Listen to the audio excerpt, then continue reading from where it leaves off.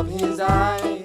Sit right down, we're gonna give you the scoop with Ryan Pfeiffer and Lisa Dupe. Shamma-lamma ding-dong loop-de-loop. This is the story of a guy named Mr. Boop. You're listening to Being Mr. Boop.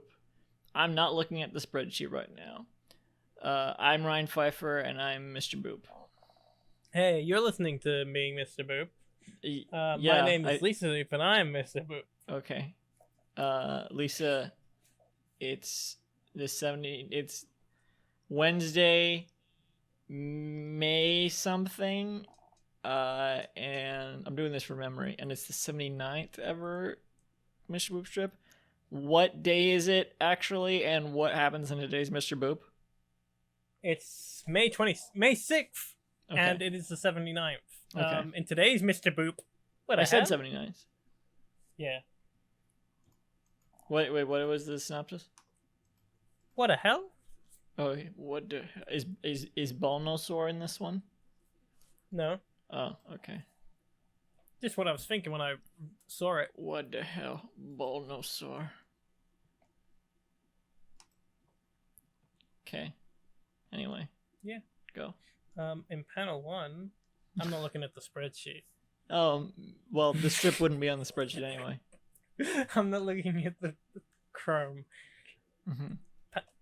Panel 1, we have Sonic the Hedgehog on the right-hand side and Alec Robbins on the left-hand side. Alec is tied down to a thing. I don't know what it is. Like a table or something? Strapped all the way down. Probably something like He's that. looking angry. And he says, I'm telling the truth. Betty Boop is my wife. Now let me out of here. Truth. Wife. Here. All have the, what's it called? Electro Life. bangs? Here. These are some of the words that have been said by Mr. Boop. Alright. Huh? What's going on? Wait, sorry. Let's restart. Okay. I haven't been paying attention. No, All right. yeah. Give I'm me a ready. second, I'm wait. ready now. I'm ready now.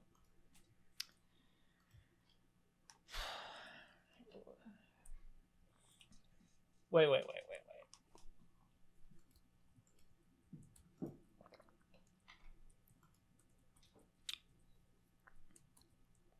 Wait. Yeah. Fuck, I just opened a thing by accident.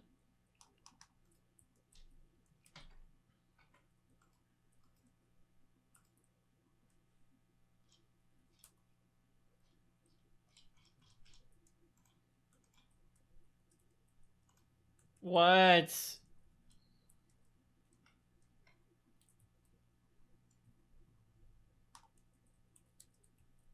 The fuck. Okay. Okay, everyone. I'm gonna edit out that awkward bit. No, Panel 1. No, what? I thought we're restarting. No. The intro is fine. No, let's restart. I wasn't paying attention. Okay. It's all weird. Let's just restart. And I didn't do this shadow synopsis or anything. No.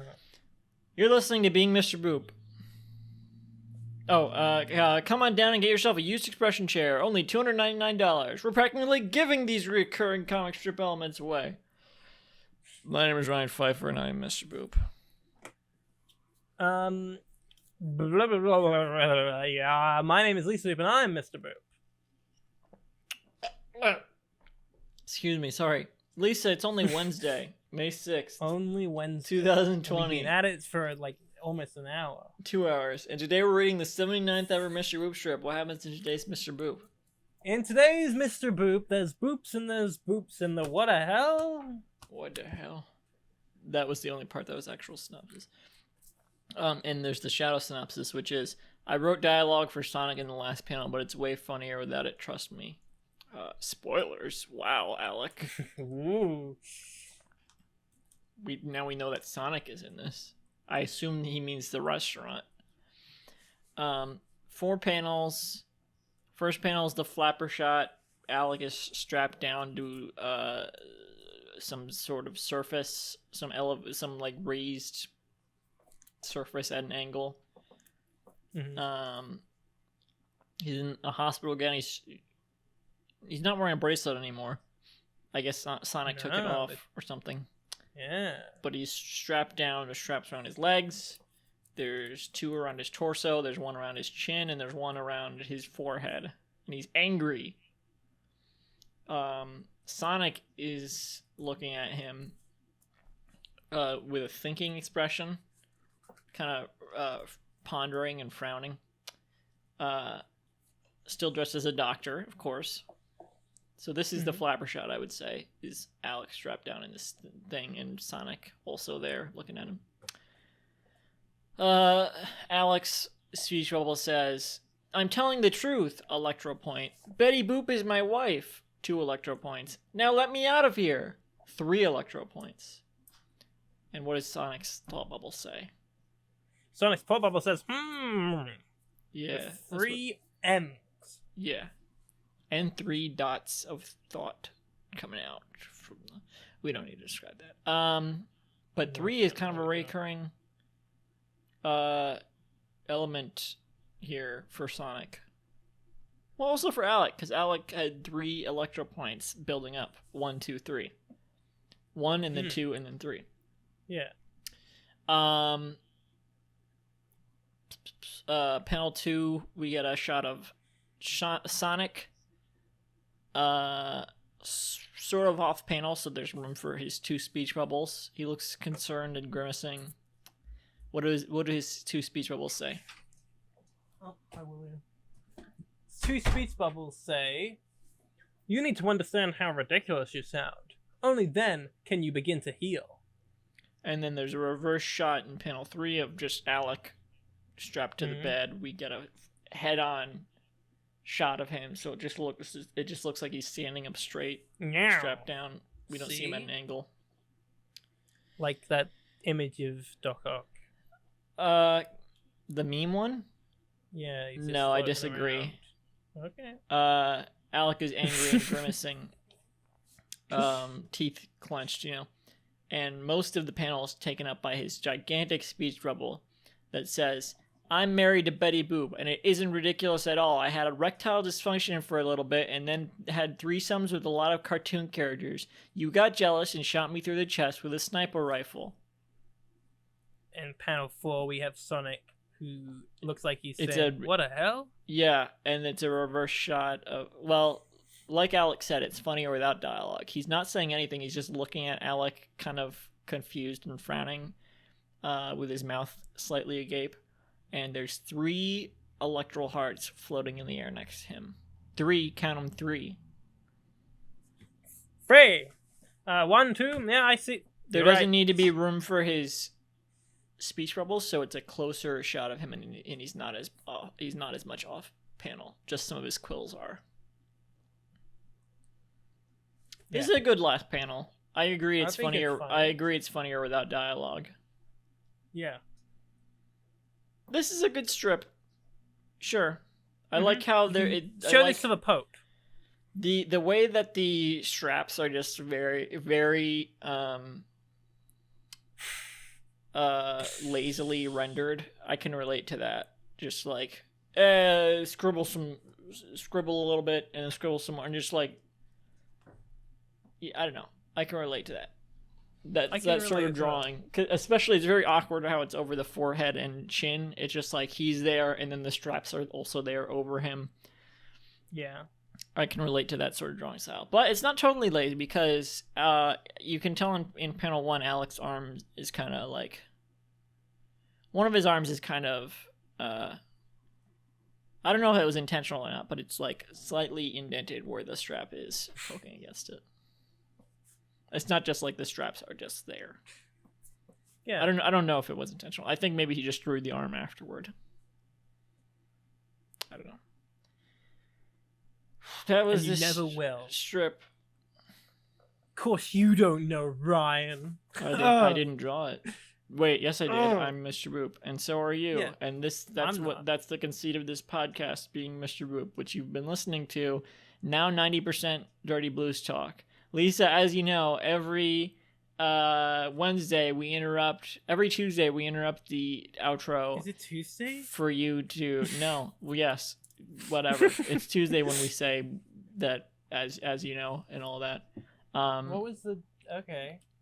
We interrupt for you to do a Dirty Blues segment. We're doing the dirty Dirty rap. Rap. Sorry.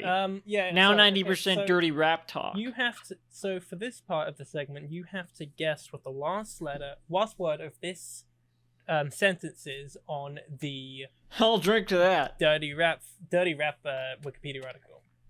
So here we go. Historically, dirty rap often contained a distinctly bass-driven sound, which arose from the popular Miami bass rap. What?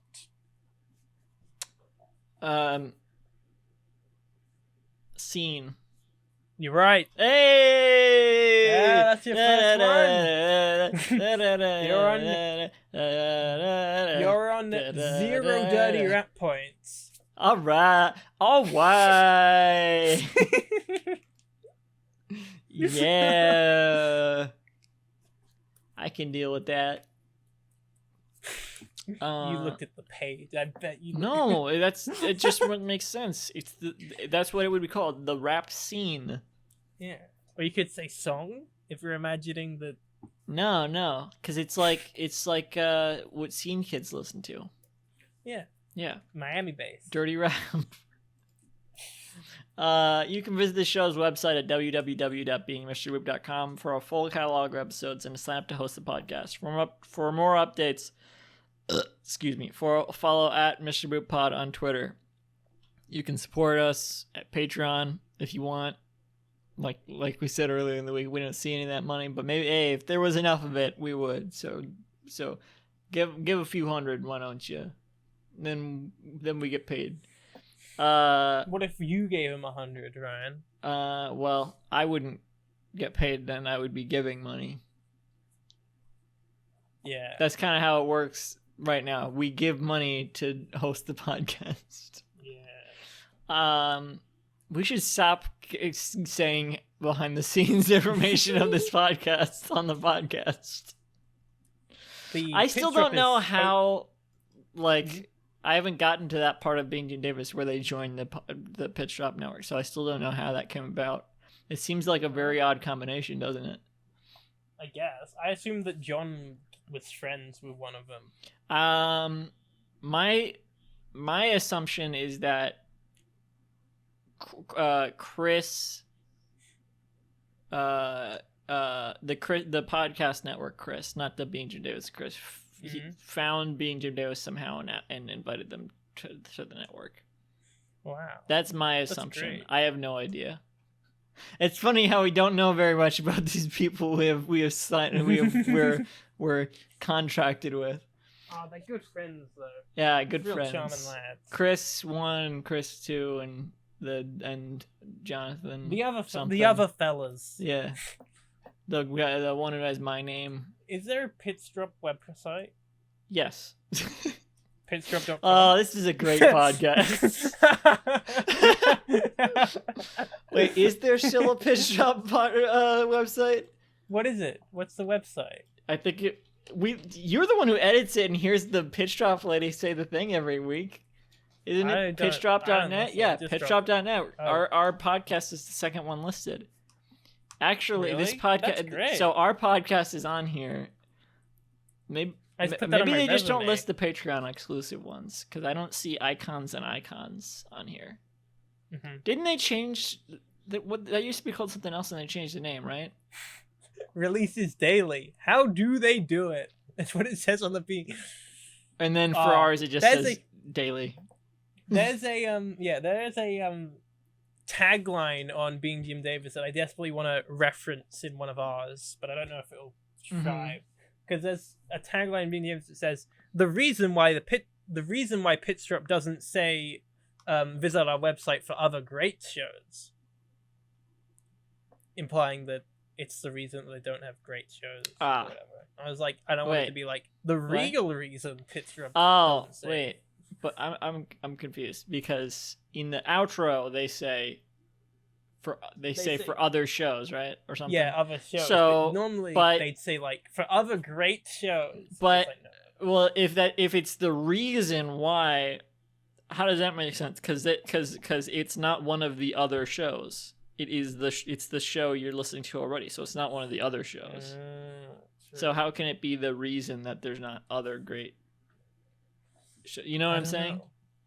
But being Jim Davis, I guess, is the reason there's not other great shows, because we're on it now. Because it's the only great show? Yeah. No. Well, but no, I know, I understand, but here's the thing, because you're listening to Being Jim Davis, then you hear for other shows, so that wouldn't include Being Jim Davis. But if that's the reason why... Unless it means when you're listening to another podcast on it. Well, okay, we're the... But, whatever. This is... My brain hurts. Yeah, subscribe to the Patreon. At Mr. Pod on Twitter. MrBoot.com. Bye, everyone. Our things. I.M.D. Worst on Instagram. Only photos of troll feet. Thank you. Good night. Good night, everyone. Well, to the world famous Betty Boop. Gee whiz, what a lucky guy. So in love, might make you puke. She's the apple of his eye. Sit right down, we're gonna give you the scoop with Ryan Pfeiffer and Lisa Dupe. Shamma-lamma ding-dong loop-de-loop. This is the story of a guy named Mr. Boop. This podcast was brought to you by the PitchDrop Podcast Network. Like what you just heard? Support the show by going to patreon.com/PitchDrop. And while you're at it, check out pitchdrop.net for more of this and other shows.